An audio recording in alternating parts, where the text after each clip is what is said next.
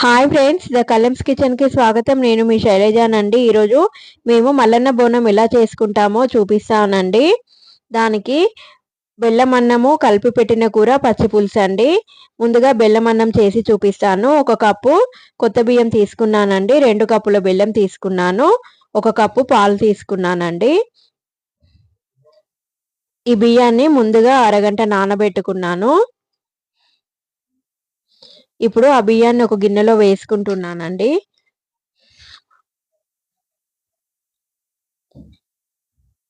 ఇప్పుడు 1 కప్పు బియ్యానికి 5 కప్పుల వాటర్ వేసుకొని నేను అన్నం వండుతున్నాను. స్టవ్ మీద పెట్టుకున్నానండి.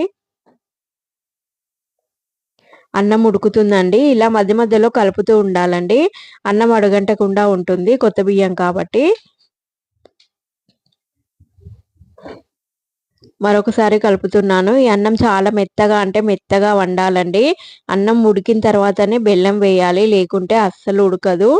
అన్నం మెత్తగా అయిపోయిందండి. ఇప్పుడు నేను ఈ బెల్లాన్ని పొడి పొడిగా చేసి పెట్టుకున్నానండి. ఇప్పుడు దీన్ని అన్నంలో వేసుకుంటున్నాను.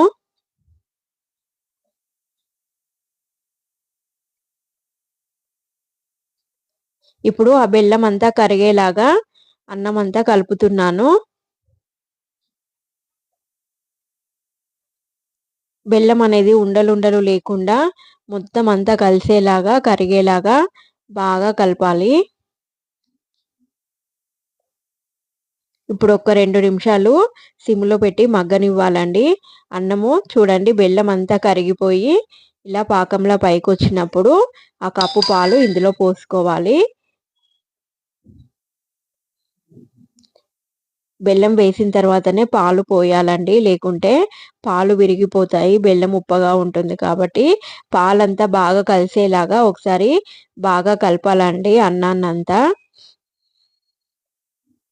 చూడండి ఎలా మెత్తగా అయిపోయిందో. ఇలా మెత్తగా ఉండాలండి. ఈ అన్నంలో యాలకుల పొడి, కొబ్బరి పొడి, డ్రై ఫ్రూట్స్ ఏం వేయొద్దండి. ఈ మల్లన్న బోనం అంటే ఇలా ఉట్టిగానే వండాలండి. ఇప్పుడు చివరగా నేను నెయ్యి వేస్తున్నాను. ఎందుకంటే పైన అట్టు అనేది కట్టకుండా ఉంటుందని నెయ్యి వేస్తున్నాను. నెయ్యి వేసుకొని తినడం వలన ఈ బెల్లం అన్నం చాలా టేస్ట్ ఉంటుందండి.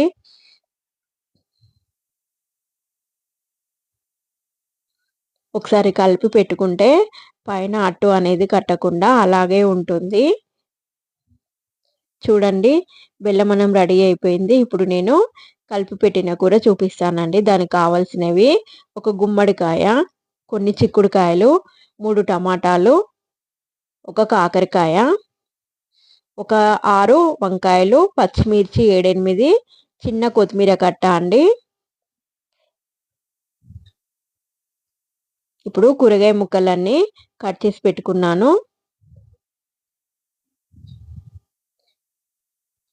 ఇప్పుడు ఈ కూరగాయలన్నీ కలిపి పెట్టడమే అండి. పోపు అనేది అస్సలు ఉండదు ఈ కూరకి.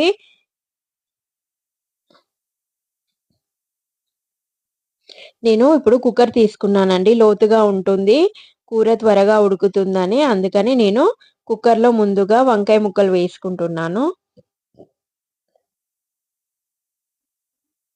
ఒక్కొక్క కూరగాయ ముక్క ఇందులో వేసుకుంటున్నానండి. వంకాయలు, చిక్కుడుకాయలు వేసుకున్నాను.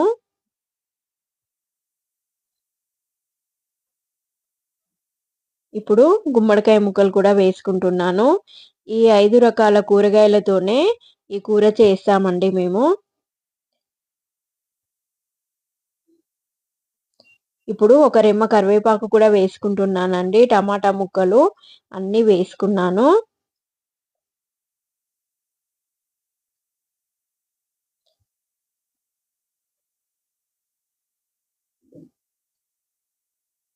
ఇప్పుడు దీంట్లో రుచికి తగ్గట్టు సాల్ట్ వేసుకుంటున్నానండి.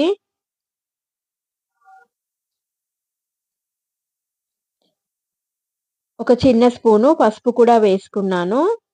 ఇప్పుడు ఇదంతా బాగా కలిసేలాగా, కూరగాయ ముక్కలన్నీ కలిసేలాగా కలుపుతున్నానండి.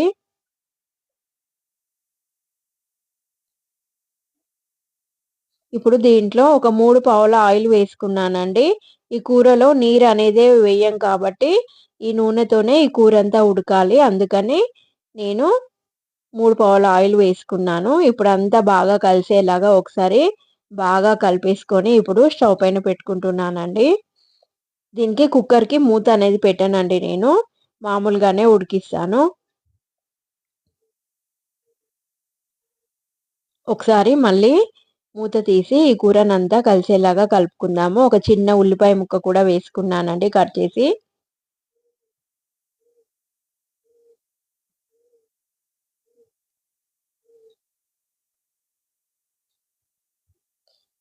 పది నిమిషాల్లో కూర రెడీ అయిపోతుందండి. చూడండి చక్కగా ఉడికింది కూర.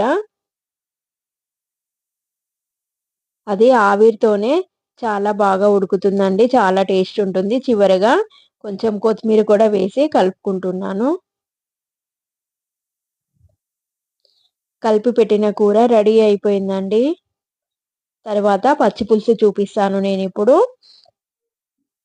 ఒక నిమ్మకాయ సైజ్ అంతా చింతపండు తీసుకొని నానబెట్టుకున్నానండి నేను. దాంట్లోకి ఒక చిన్న ఉల్లిగడ్డ, ఒక రెమ్మ కరివేపాకు, ఒక 4 పచ్చిమిర్చి, కొంచెం కొత్తిమీర అండి.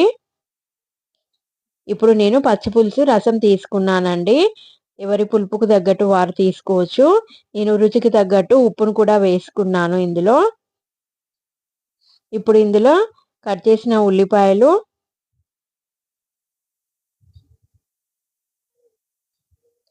ఒక రెమ్మ కరివేపాకు,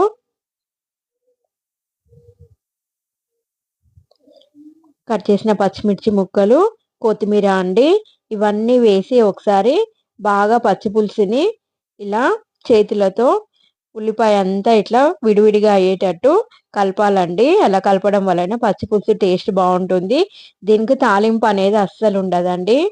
చూడండి కలిపి పెట్టిన కూర, పచ్చి పులుసు, బెల్లం అన్నము 3 రెడీ అయిపోయినాయండి. ఒక దాంట్లో బెల్లం అన్నము, ఒక దాంట్లో కూర, పచ్చి పులుసు వేసి ఈ బోనానికి పెడతాము. మా వీడియో నచ్చినట్లయితే లైక్ చేయండి, షేర్ చేయండి, సబ్స్క్రైబ్ చేసుకోండి. ఈ 3 కలిపి తింటే చాలా టేస్ట్ ఉంటుందండి బెల్లం అన్నము. మీరు ట్రై చేయండి. బాయ్. మరొక మంచి వీడియోతో మళ్ళీ కలుద్దామండి.